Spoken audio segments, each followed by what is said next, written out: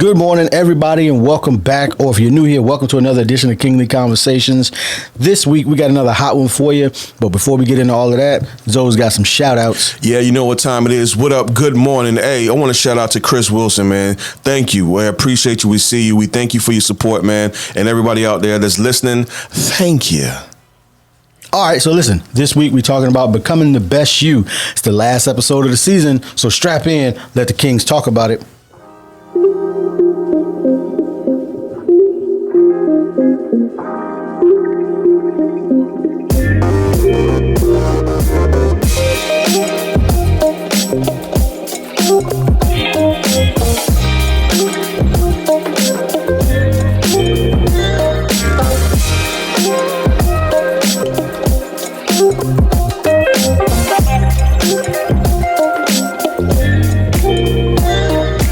All right, good people. Hey, welcome back again to another edition of Kingly Conversations, man. And as I am every single week, I'm Alan. What up? It's your boy Twine. You know what time it is, man. Ask me about my podcast.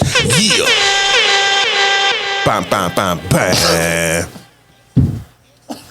This is your friend, your mentor, Calvin D. Hill. Smooth. All right. What up, gentlemen? 26. Smooth Episode jazz. 26. Yeah, episode 26, man. Season 3. Season 3. That's the end of it. That's the end of this season. Next season be season 4. Yeah, I'm looking for the next season because I'm working on a classic right now. Collaborating with a gentleman to get some new music in here. So shout out to Marcel. Unfortunately, we won't have that by episode 1, but yeah. Yeah, I know, right? It's going to be already done. So it's coming, ladies and gentlemen. Yeah, we're gonna have to change the music because we keep getting these copyright strikes on YouTube. So even though it's supposed to be royalty free, even though it's supposed to be royalty free, we're getting copyright strikes on YouTube, which I'm sure is not helping the algorithm at all. So if we can have our own music that is dedicated to the podcast, that'll be much better. Yeah, buddy, coming soon. I'm excited. Can't wait to hear it. It's weird though because the copyright strike isn't even they're saying it's music that it's not, and I can't challenge it. It's the strangest thing. But anyway, yeah.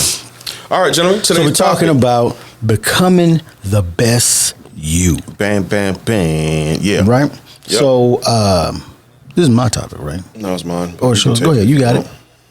All right. So with that being said, I don't know. The comments. Well, I guess in me doing my meditation and thinking and reflecting, becoming the best you was something that came to me because of the journey that I've been going on, trying to help improve myself to become a better person. And with that being said, I just wanted to come up here, have a conversation with you gentlemen as far as becoming the best you. We want to just get into it, man. So with that being said, let's do it. Anybody want to start? I'll start because I'm leading the conversation. Okay, because everybody looking like I don't know what to do right now. In my journey of becoming better, I've done a lot of things to do so, seeking help psychologically, mentally, and also through reading and other things. So I would like to know about y'all's journey as far as becoming the best you. First of all, do you believe that you are already the best of what you can be? Anybody? No, I don't believe that I am, but I don't know that the thing of it is, I don't know that I ever will believe that I have arrived, right? Mm-hmm. Because I don't think that you can. I think there's always room for growth. I think there's always room to get better. I think there's always room to be better. I think there's always room. And if you are a person that decides not to try to maximize your potential, which is fine, then you'll stop somewhere. But if you're somebody who wants to maximize the time that you have and maximize the impact you're able to make and maximize the people that you're able to touch and help, and then you're always going to be trying to continue to move to whatever the next phase is for your growth and development. Okay. At least that's how I see it. I don't think I've ever Say the question again. At this moment, do you believe that you are the best that you can be? Oh, no. Or become? Okay. No. All right, no? No. Okay. At this moment. At this moment. No. I got you. For an example, in my past, people have always told me, hey, man, you're going to be great in certain things. But I personally never saw what they were saying or what they were talking about or what they was trying to encourage me to do. So all this time, you're going to be a great leader and, oh man, you're just going to do great things. And I'm thinking to myself, I don't see that, but thank you. Well, at that time, I didn't see it. All right, so going back to your question, you said, "Are you that today?" No, not today, but I feel like, well, me personally, I can see it. I can see what they were saying now. Okay. If that makes sense. Yeah. So the people who've had conversations with you try to encourage you to see things that you couldn't see. Right. They say, they kind of pushed you or tried to direct you with the encouragement. Yeah. Okay. Yeah, and I had the same idea or the same thoughts as you at first because I didn't see it. Right. And I couldn't see what you were saying or what the encouragement. It was positive. It was all good stuff. But it was like, okay, I appreciate it. Thank you. Yeah. But I can't see I can't see me what you were seeing. You couldn't appreciate what they were saying, really? But I had to learn, man. I had to learn because sometimes, not all the time, but sometimes you have to listen to the people around you because they're telling you something that you can't see. Right. So. And I think a lot of people out there have that to where they may feel stuck in a particular situation and not see the potential that they have because they're so caught up in the being stuck in the mud that they don't see, hey, tomorrow's going to be greater or next week is going to be greater or next year's going to be greater because there's always a progression. It's time into it that you need to get through the end of the. And a lot of it has to do with your self-perceptions too, and how you see yourself. That holds a lot of weight. So if you don't see yourself as that leader, that encourager, that whatever somebody's saying to you, if you don't see it for yourself, more than likely you won't live up to it and you won't become it. Okay. So it's best to start developing a strong self-perception so that you can become the best version of you. Gotcha. I understand. I mean, for me, it wasn't. I don't know that. So my childhood was probably odd in that. So my entire youth, my father used to listen to these like positive confession tapes and personal growth and development tapes when I was 3, 4, 5 years old. So here I am at a very impressionable time hearing all this stuff that most people don't really ever hear. So I don't know that I didn't believe it or didn't already think that I was destined for something great because that was what I heard from, at least probably 2 to 5 years old was stuff like that. You are destined for greatness. Essentially the personal growth and development books that I started reading when I was in my 20s was stuff that I was forced or otherwise to listen to when I was 2, 3, and 4 years old. Gotcha. I'm just sitting there thinking about it. As a kid, growing up in church, you heard. Well, I said it this way. I said it this way. I heard you're a sinner and you going to hell more than I heard anything encouraging. Come on, man. No. Look. Hold on. Time out. I'm listening. No, time out. That's not necessarily going to be everywhere, it's not everywhere. But that was a common theme. You don't agree. So with that, and I didn't change until later on in life. I didn't see the positivities and what I could be and become until later. And I have people that knew me when I was in 3rd and 4th grade that would tell you, like, I was depressed. I work with some. Wow. They know me. Like they say, hey, you're not that same guy from there because of what I was hearing. It was a lot of criticism and it wasn't taught with the perception of you can do better or you should try this, that, the third. It was more of a criticism than an encouragement. Most of the time, especially when dealing with children. It wasn't a good. And It wasn't a. It's not a. Got a boy. It was more like, right, yo, right. You messed up, or you're not. School, like you getting C's, that's not good. You going to hell. You wrong. And it also wouldn't have been separated, like because that's because all that run together. Because what your soul is doing and what your earthly vocation is, like you be a real estate agent, that got nothing to do with your soul. But that's not. That wasn't the way that it was presented. Taught, right, right. And that's what you have to. And I think old mentality. But mindset, no, man. but this is why I said, because people have to take into account, and in doing their own self healing and their own work, you do have to go back into your childhood areas and figure out, okay, these were detrimental because it wasn't presented this way. You want to know and what you have to change it. If you don't, you'll keep living with that. Right. So, in regards of going back in the past and looking at the history of coming up as a child, being reared as a child, I had to unlearn everything in order for me to be great. Right. Yeah.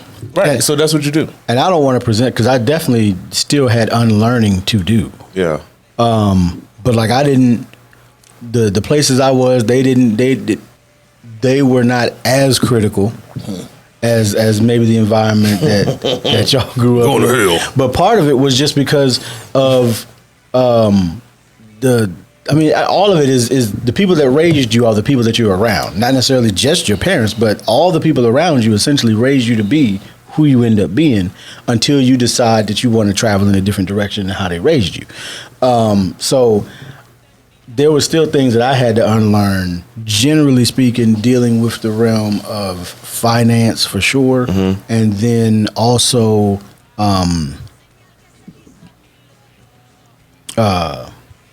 forgot. That's okay, because I got a question. Yep. Well, I'm going to lead with this, and then I'm going to ask y'all a question. In regards of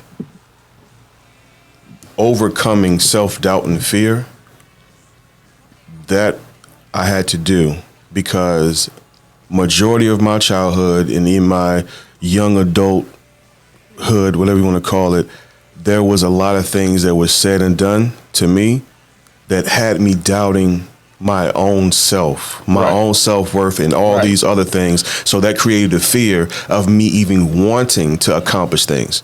Right. So being told at a young age, you ain't gonna be nothing. Right. So now take that from being at home, and then going to an education system where they reinforce it. Because for young black men, they don't get the same encouragement as their counterparts. They don't get the same care and comfort in the education process. Now it has changed, but I know what I got when I was growing up. My mom had to go to the school several times to kind of correct some behaviors that the teacher. Their behavior or your behavior? No, the teachers. Okay, their behavior. The teachers, because it's something about dealing with children that look like you. People tend to take more care and concern for that. So I'm gonna just leave that there. I don't want to get off into that train. Man, you always getting on it. You want me to put my hat on? I don't want to put the Huey hat. I want to be Huey today. We talking about preacher.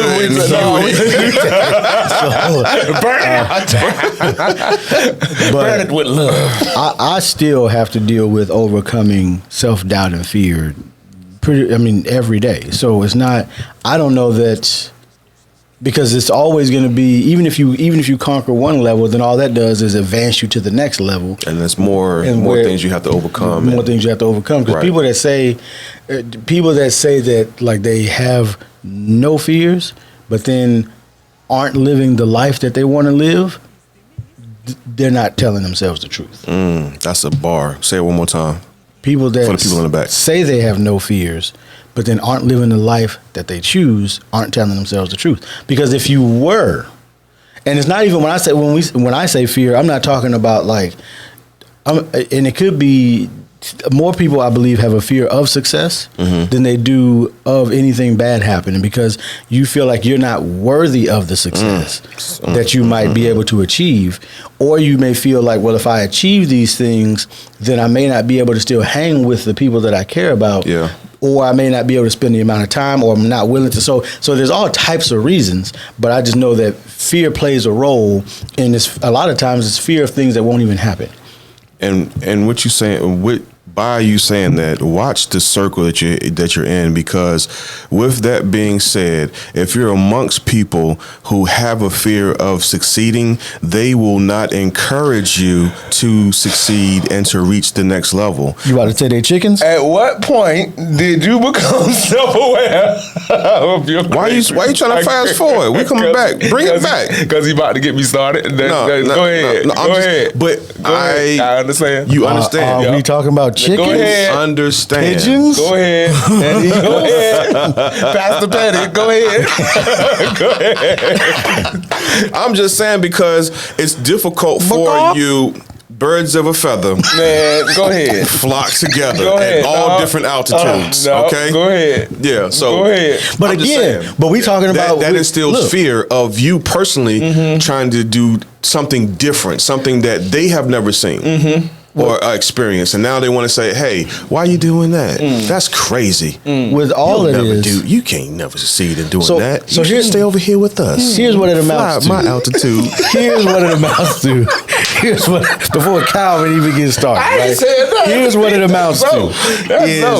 Is if you want to fly higher, you then have to hang with people who want to fly higher. However, flying at the altitude you want to fly at is okay, because you can live whatever life you want to live. But if you have decided, I want to do better, I want to become the best me. Let's do this. All right. So no. Let's finish. I want to say this, and we can move on. Lord. So, all right. It's okay to be at the level you're on, and I was going to say something, but I don't think I should say it, so let's move on. I was going to say something in regards of people being good or thinking they're great where they are. That's cool. Do you? That's all I want to say. I was listening to somebody who is him and his wife have a podcast, but they're a mentor of mine, and one of the things that she said was you can't essentially begrudge other people for not having the list that you have. Right, that's what I'm saying. Do you? Right, but a lot of times we do. We say, well, because I want to get to these things, I want to advance to here. You should.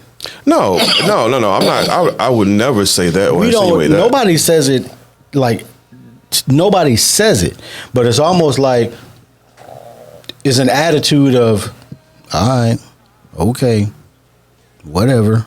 Or it reminds me of a scene in Boiler Room where the guy didn't want to buy some stock, and he said, okay, well, I'm going to take you off my list of successful people today. What? And that's kind of what we do mentally. We don't say it to them. That's what y'all call people judgmental. Yeah, judgmental. I will say this.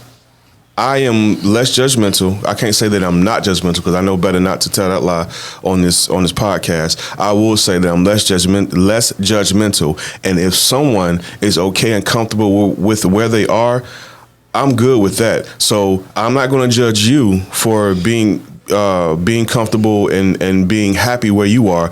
Do not judge me for wanting more.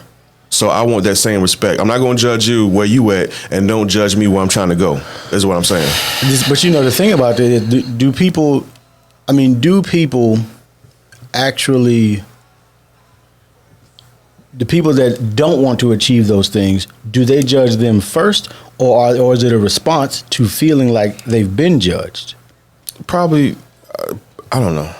I really don't know. I don't either. I'm just asking the question. I'm at a place where I have been that guy who has tried not to be judgmental towards other people, and in turn has been judged consistently. And now at 42, I don't care. Oh, you 42? Wait a minute. Whoa. Bring it back. So what I'm hearing you say is that you are not judgmental. No. I didn't say that. What did you say? I said, help me understand. I will. He said he tried not. He said he tried not to be judgmental and got judged anyway. Exactly. That's what I said. Okay, let's do it. That's what I said. But judged and now for at what? At 41, it don't matter, because people like you said, people like to put people in boxes in their own category of what they perceive. Yeah. Okay. For example, a lot of people think I'm a pastor. I don't have a church. Do you have to have a church to be a pastor? No. You have to have a congregation to be a pastor? All right, so now let's move on. Do you have to have a congregation to get But pastor? if people perceive you as that, they think and want you to behave and be a checklist of what they perceive a pastor should is. be. Oh, well, okay, in and that then the case, judgment starts. But it's cool when they do it. But it's a problem when you do it. No, because they Sir, stay No, off TikTok. That's Stay what off I'm saying. TikTok. I'm just making a point of I I've understand. been that guy I to understand. say, hey, you cool, be you, I understand. but then you want to put your labels and titles on me. Because So I say, you wanna know okay, why? fine.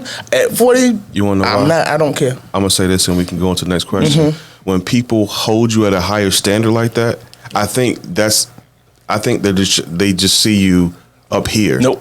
No? Nope. Because most people think about, well, Nope. no, not nowadays. Negative. Nowadays, Negative. different Negative. pastors out Negative. here doing all Negative. types of raggedy Negative. ratchetness. Negative. Exactly. Never mind. So okay. so my point Belay is, my last. And exactly. Belay my last. And now I'm like I said, I'm at a place where I really don't care either way. That's good. And I don't have a consequence for your actions. So I'm not judging you. Got it. Yeah, that's where I'm at. All right. Back to the greatness Now, of you. What was that statement that I tried to read? That Oh, you go ahead and skipped read past? it was a again. good No, one. I didn't skip past At what it. point do you become self-aware of your greatness? Great question. Excellent question. I love Great that question. I became self-aware late in the game. Let's start there. I did not see or perceive that I even had greatness. What? Listen, Uh-oh. we got to stop with this late in the game.